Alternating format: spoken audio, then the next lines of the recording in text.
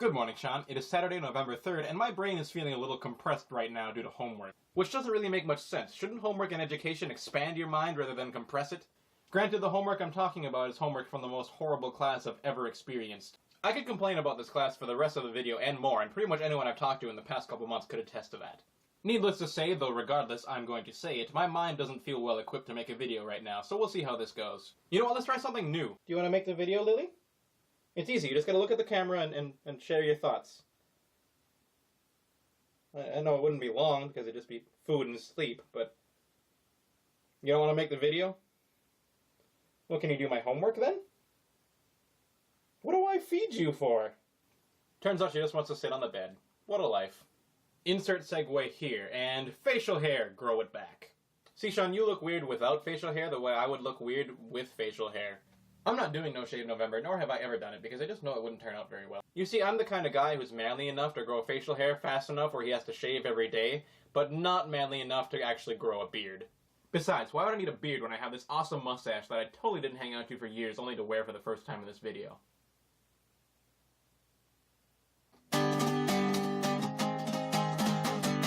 Why can't people have civil conversations about politics? To me, it seems like it's because people never actually discuss politics or talk about politics, they just sort of say things about politics. And the reason this happens is because the system is set up so that people are polarized. Most people seem to think that you are either a conservative or a liberal, and the generally accepted idea on conservatives and liberals is that they do not get along. Sure, you can be independent or nonpartisan, but people like strong, clear definitions, and if something doesn't have a strong, clear definition, it gets ignored.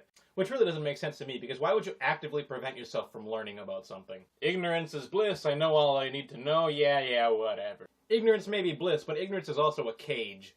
And sitting quietly in a cage just doesn't suit me. And yeah, sometimes the more you know about the world, the more depressing it gets, but then you come home and cuddle with your cat and everything's magically better. And that's why I feed you, because you make life better. And how can you know all you need to know when you don't know what you don't know? That's like saying you know you like chocolate and you know you like peanut butter, but you don't know if you'd like them together, and you're fine with liking them individually, so you don't want to try them together, but you're missing out on a lot of deliciousness. Or maybe you don't like them together, but at least you'd know for sure. Yes, there are some things you can form an opinion on without actually experiencing. For instance, I would not like to fall into a pit of irate porcupines, but I only know that because I've been given proof that being pricked by a porcupine needle is unpleasant. But I digress. So we're back to conservatives and liberals who are told they're not supposed to like each other, so more often than not, they're gonna just not even listen to each other.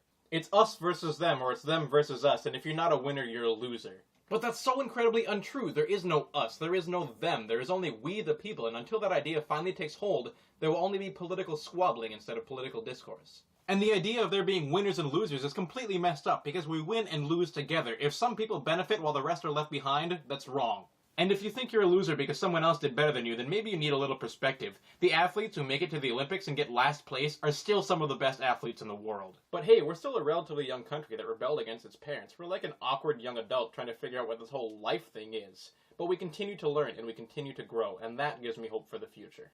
The Spanish word of the week for today is bigote, which means mustache.